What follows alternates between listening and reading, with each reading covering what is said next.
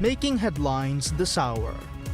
President Dr. Mohamed Muiz states the elimination of the long-standing influence on the judiciary is a pivotal development for a nation operating under a system of three separate branches of government. President Dr. Mohamed Muiz officially nominates Ambassador Tariq Ibrahim to serve as the permanent representative of the Maldives to the International Renewable Energy Agency, or IRENA.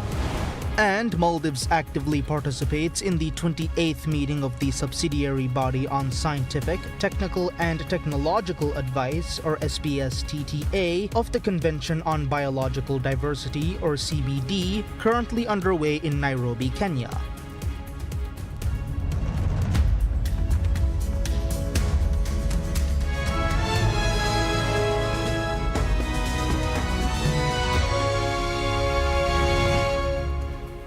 Bismillahir Rahmanir Rahim. Assalamu alaikum and welcome to PSM News in English with me, Abdullah Ahil. And now the news in detail.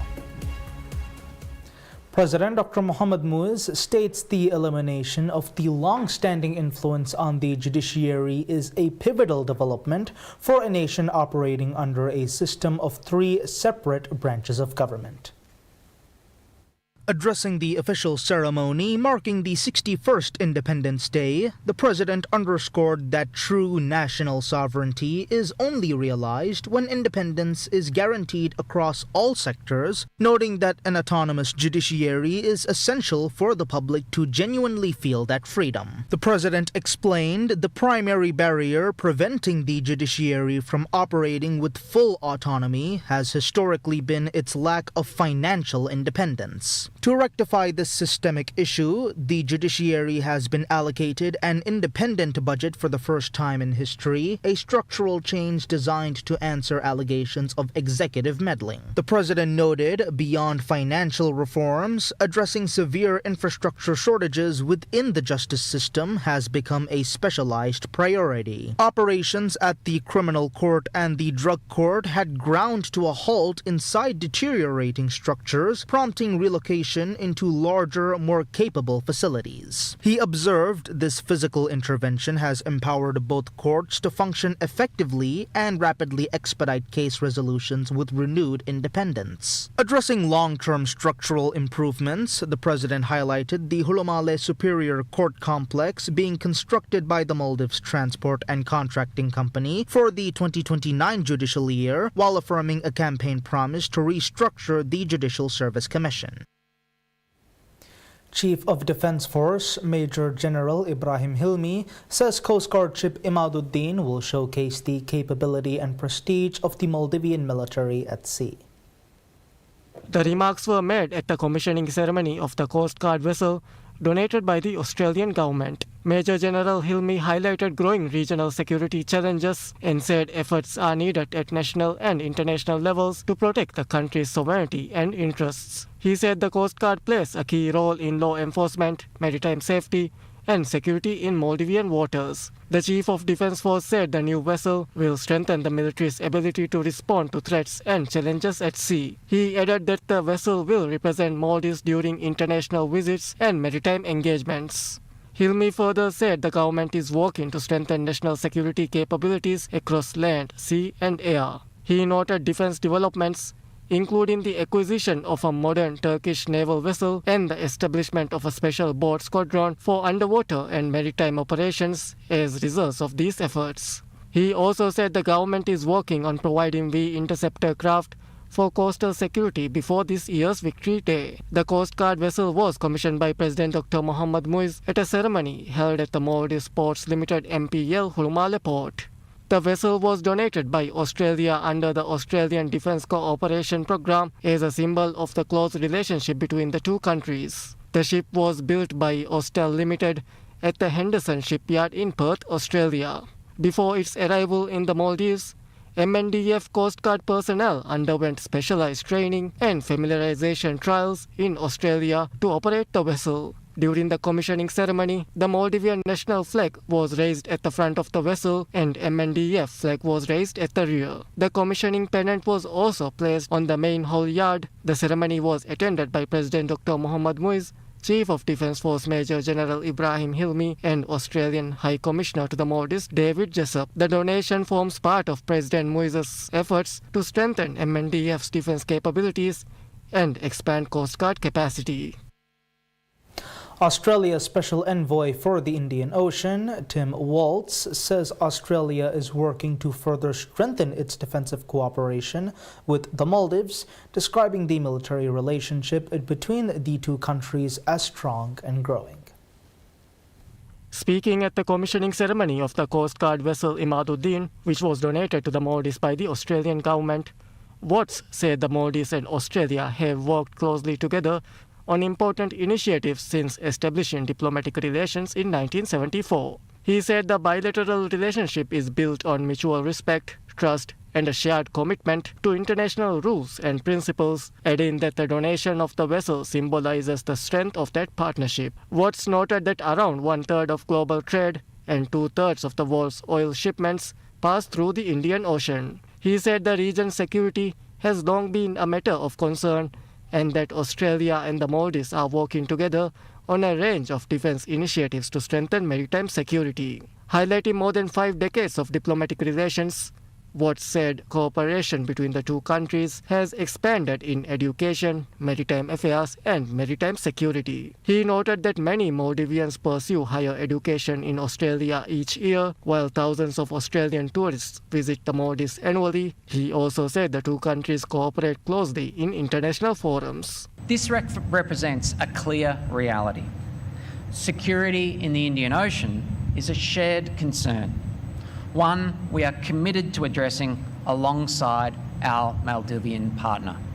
Watts expressed confidence that the newly commissioned vessel would play an important role in safeguarding the Maldives' future. He said it would enhance maritime security, strengthen law enforcement capabilities, support humanitarian assistance during emergencies, and improve the country's ability to respond to future challenges.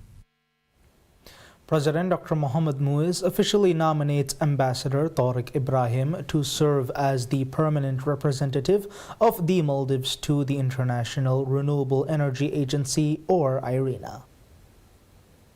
The nomination have been forwarded to the Parliament for parliamentary considerations. In accordance with the Constitution and the Foreign Service Act, the President is required to seek parliamentary approval for the appointment of representatives to international organizations. Following the formal submission, the matter has been referred to the Parliament's Foreign Relations Committee for review. Tariq's appointment will be finalized once the committee concludes its evaluation and the nomination is approved by a majority vote on the Parliament floor. Tariq is a seasoned veteran in the fields of environmental policy and renewable energy. He served as the Minister of Climate Change, Environment and Energy before his appointment to the post of Ambassador of the Maldives to the United Arab Emirates. His extensive background is expected to bolster the Maldives' voice within the international energy community. The International Renewable Energy Agency, or IRENA, is a prominent intergovernmental organization headquartered in Abu Dhabi, comprising 169 member states and the European Union. The Maldives has been an active member of the association since its inception, consistently advocating for sustainable energy transitions and climate resilience on the global stage. The Maldives actively participates in the 28th meeting of the Subsidiary Body on Scientific, Technical and Technological Advice, or SPSTTA, of the Convention on Biological Diversity, or CBD, currently underway in Nairobi, Kenya. Running from the 27th July to the 1st of August, the high-level meeting is pivotal in shaping global environmental policy ahead of the upcoming CBD COP17 summit. According to the Ministry of Climate Change, Environment and Energy, the primary objective of the Nairobi meeting is to formulate scientific and technical guidelines, assess the progress of the landmark Kunming-Montreal Global Biodiversity Framework, and draft technical recommendations to strengthen national monitoring and reporting systems worldwide. For the Maldives, a nation at the front lines of climate change, the meeting serves as a critical platform to advocate for the rights and unique vulnerabilities of small island developing states, or SIDS. The Ministry of Environment highlighted that the Maldives' chief objective is to secure dedicated, guaranteed seats for small island developing nations within the technical expert groups established to drive the convention's work. The ministry emphasized that this representation is a vital step toward ensuring environmentally sensitive nations have a direct voice in global decision-making processes. In addition to securing institutional representation, the Maldives delegation is pushing for the specific challenges and conservation goals of small island nations to be formally integrated into the review processes of global environmental protection efforts. The Maldives is also calling for targeted international assistance to enhance the scientific monitoring and reporting capacities of smaller island states, which often face resource constraints. Additionally, the Maldives is advocating for global environmental policies to be strictly rooted in scientific evidence, urging that such critical scientific data and findings be made transparently and readily accessible to all nations, regardless of their size or wealth. The ministry underscored that the meeting in Kenya represents a crucial opportunity to safeguard the interests of the Maldives and other island nations, aligning with the government's broader strategic goal to expand the country's leadership and influence in the international environmental arena. In a major stride toward sustainable energy and economic resilience, the Maldives begins switching off diesel generators on several of its islands, transitioning instead to newly installed solar photovoltaic or PV hybrid systems. As an archipelagic nation, the Maldives faces unique logistical challenges, with electricity provision being one of the most expensive basic services for the government to maintain. Currently, the country's heavy reliance on imported fuel for electricity generation is a major economic vulnerability, draining an estimated 13% of the nation's gross domestic product or GDP on fuel imports alone. To mitigate this massive financial burden and combat climate change, the government has set an ambitious target to generate 33% of the country's electricity from renewable sources by 2028. The tangible results of this initiative are already being felt in Ra Atoll and Ba Atoll. Under a landmark project funded by grants from the Asian Development Bank or ADB and the European Investment Bank or EIB, a total of 6.5 megawatts or MW of solar power has been rolled out across 25 islands in these two atolls. On these islands, diesel engines are now being shut down for most of the day, with entire communities running entirely on clean solar energy.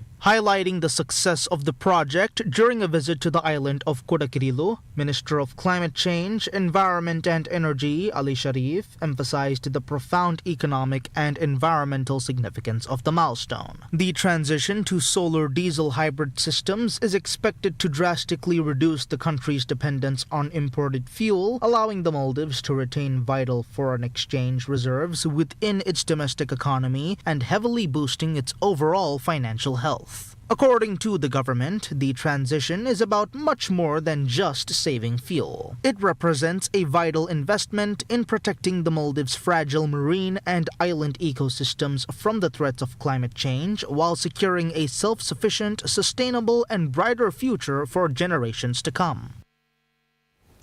Minister of Tourism and Civil Aviation Mohammed Amin expresses confidence that the number of tourists visiting the Maldives this year will not fall below last year's total, despite global challenges affecting international travel.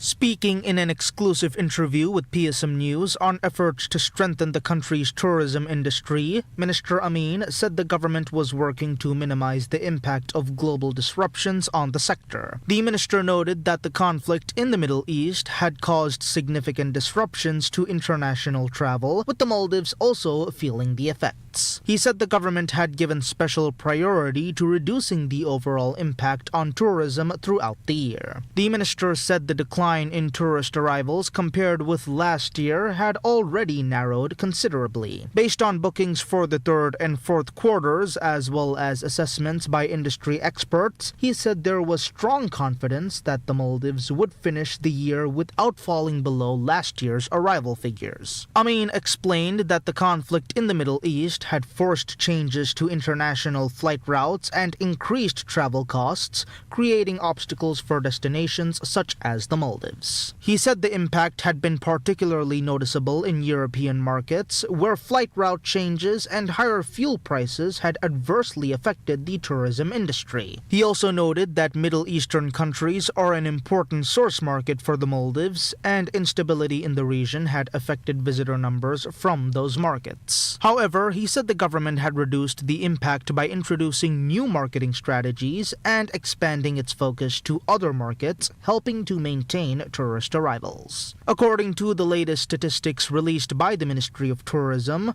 1,198,343 tourists have visited the Maldives so far this year. This is 4.6% lower than the 1,256,306 arrivals recorded during the same period last year. However, the year-on-year decline for the current month had narrowed to 1.4%, indicating an improvement in arrival trends. Ministry of Tourism and Civil Aviation statistics show that 1.2 million tourists have visited the Maldives so far this year.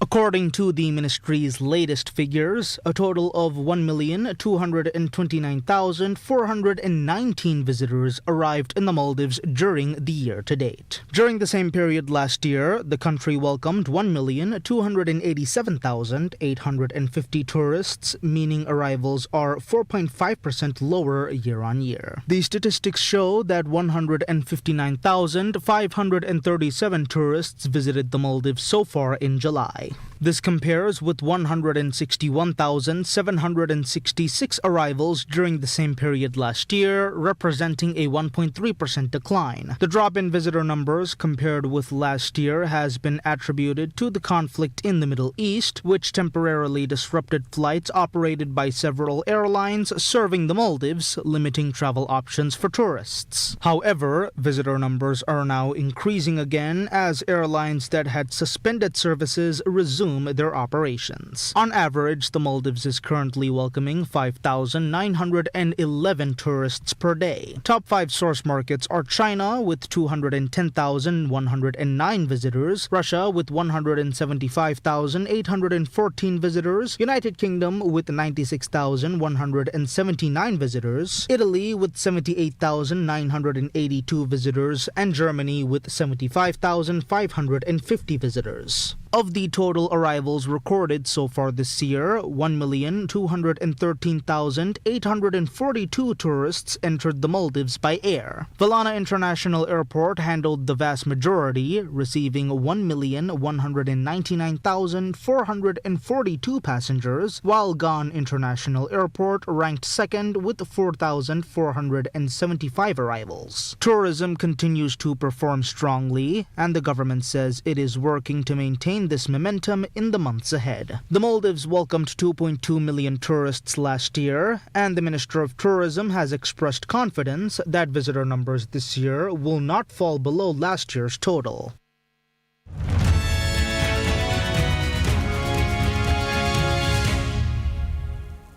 Insights into business. Johnson & Johnson says it has reached a $5.5 billion settlement that will resolve tens of thousands of lawsuits alleging its baby powder and other stale products cause ovarian cancer.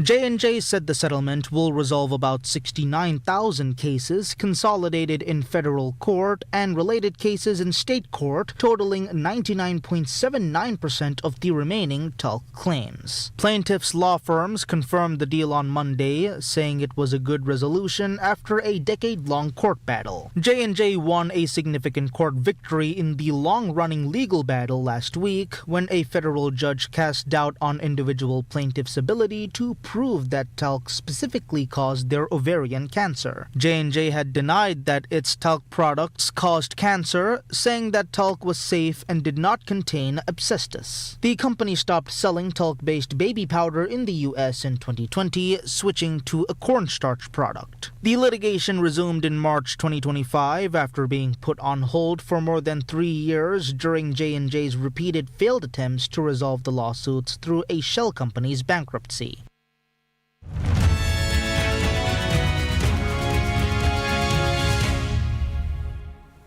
Updates on international affairs. The U.S. walks out as France addressed a United Nations Security Council meeting on Ukraine, accusing its longtime ally of disingenuous grandstanding over French comments comparing the U.S. to North Korea, Russia, and other authoritarian states regarding votes on human rights issues. The move followed a tense weekend exchange between the two permanent Security Council members on X, in which France blasted Washington for joining Russia, North Korea, and 7 other countries in voting against a proposal to extend the term of Volker Turk as the UN rights chief for 4 more years. U.S. Ambassador to the UN, Mike Waltz, responded by accusing France of backing a human rights chief who he said criticizes democratic nations like the U.S. and Israel while cozying up to the world's worst oppressors. He did not elaborate. Speaking during a UN Secretary Council session on Russia's war against Ukraine, Dan Negrea, an alternate U.S. representative to the UN, said the U.S. delegation had exited during France's remarks and would continue to do so until they renounced their condescending and disrespectful rhetoric. He said France's comments amounted to politicized drivel and disingenuous grandstanding. We have stood by this member state through every conflict in which their freedoms have been imperiled. And today, I remind them that it is the United States that remains the beacon of liberty for the world. As such, we will not be affording them the benefit of listening to their politicized drivel until they renounce their condescending and disrespectful rhetoric and behave in a manner commensurate with their seat on this council. I thank you.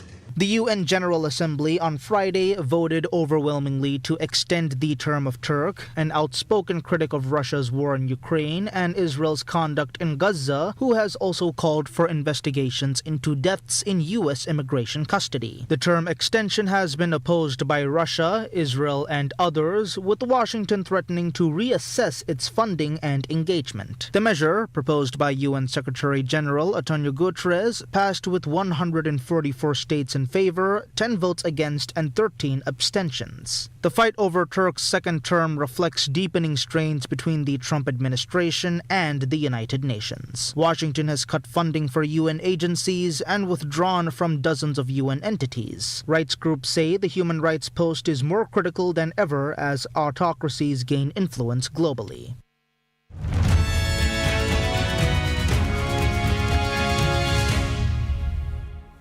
Moving on to sports, the French national soccer team says in a post on X that France football great and former Real Madrid manager Zinedine Zidane will take over as the new national team head coach.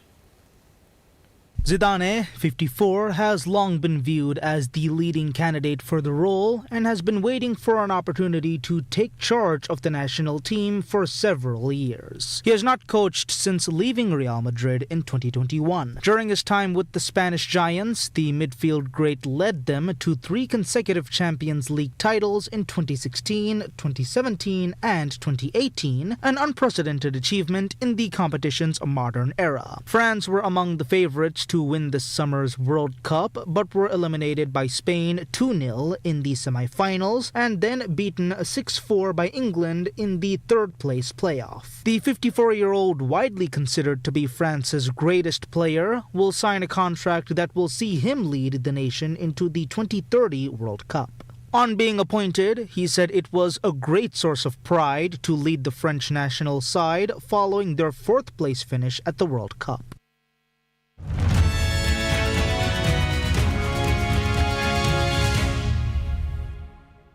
Concluding with news and lifestyle, the United Nations body says the Normandy D-Day beaches where Allied forces landed on June 6, 1944 to fight Adolf Hitler's Nazi troops and go on to liberate France have become a UNESCO-protected World Heritage Site. In a statement on its website, UNESCO said that the beaches formed an exceptional cultural landscape shaped both by the events of 1944 and by their enduring remembrance, which therefore justified becoming a protected heritage site. The Normandy D-Day beaches are regularly the focus of commemorations featuring world leaders from the United States, Britain, Canada, and France. Soldiers who took part in the Normandy landings came from the United States, Britain, Canada, Belgium, Norway, Poland, Luxembourg, Greece, Czechoslovakia, New Zealand, and Australia. Some 177 French commandos also took part. The assault marked a decisive stage in the liberation of Europe from Nazi Germany in World War II. In total, 156,115 Allied troops either landed by sea on two beaches codenamed Utah, Omaha, Gold, Juno, and Sword, or were airdropped behind German coastal defenses. And that's all the news we have for today. We'll be back with any further updates. Until then, I'm Abdullah Ahil from PSM News.